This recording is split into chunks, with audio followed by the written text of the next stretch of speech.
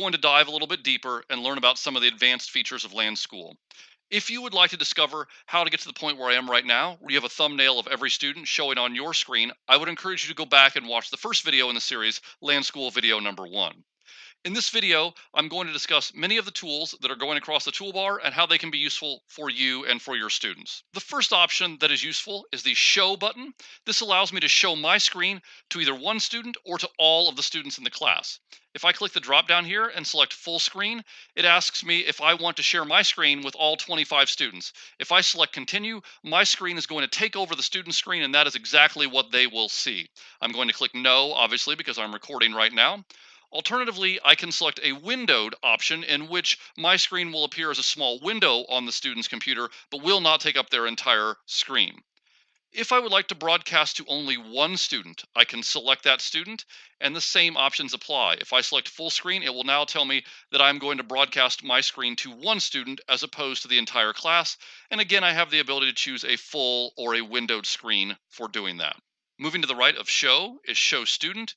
And if I select a student's computer and then I choose Show Student, it will broadcast that student's screen to everyone else in the class. So if I click continue, that student's computer is going to be broadcast to everyone else. Obviously, I'm not going to do that right now since I'm recording, so I'm going to click no. The next option that may be useful for you is the vote option. If I select vote, I have the ability to type a question. I can make it a true false question or a multiple choice question, and I can then send that to the students and it will show on their screen. They have the ability to answer, and I see the results immediately right here. So it gives me a quick snapshot of where the students are, and I can send that out to them so it appears on their screen right in front of them. The next option that may be useful is the View All option. You can see that I currently have a thumbnail of all the students in the class. If I would prefer a list view, I can select the drop down and choose Details. This will show me the student's name, their current application they are using, along with the last website they visited. If I want to return to the thumbnail, I can select View All. Other options on the drop down include the ability to turn on the screen feed, which allows a larger view and it cycles through everyone in the class. So every student is shown for about 5 or 10 seconds, and then it goes on to the next student. So it is continually cycling through. I can turn that off by going back to the screen feed.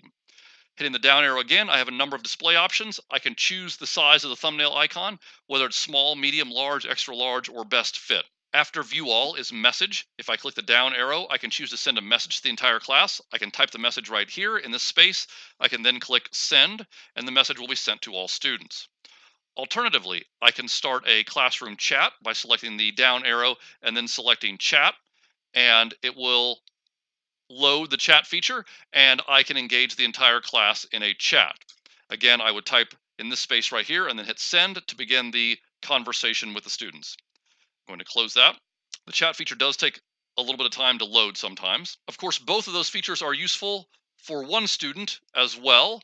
If you select just that student, you can message just that particular student, as we've done with some of the other features that have been shown so far. After messages speak, if you hit the drop down arrow and select speak to class, it will turn on a microphone tool, and anything that you say will be broadcast to the students. When you're done, you can select the drop down arrow and turn off speak to class. Next is the blank screen option. If I click that, I have the ability to make all the students' computers go blank. If I click continue, all 25 students will receive a blank screen. Again, I can select one student or multiple students by holding down the control button, and I can blank just those screens if I would like. Next is Limit Web. If I select that, it will restrict the website access for all 25 students in the class. And again, just as with the others, I have the ability to select one or multiple students if I just want those students to be restricted. After Limit Web, I'm going to jump down to Mute. This allows me to mute all students. You can see that the mute button came up. And when I click that, the students are muted. And then if I click it again, they are no longer muted. That's a basic overview of the items on the toolbar that may be useful for you. You can also take control of a student's computer by double-clicking on that student's tile. And once you are there, click the drop-down for control and then remote control. Notice that I now am in control of the student's computer. So when I open Chrome, it opens Chrome. When I hit the Windows Start button, the Windows Start button is activated. And I am able to take over that student's computer if I need to guide them to something or show them how to do something. When I am done, I can simply click stop. It'll take me back to the main screen. Please be aware there's more information located in the tutorials section right here. If you click that, it will take you to the online tutorials for LAN School. You're able to dive a little bit deeper in this video than what we were in the first, so hopefully there are some tools that will be useful for you and your students.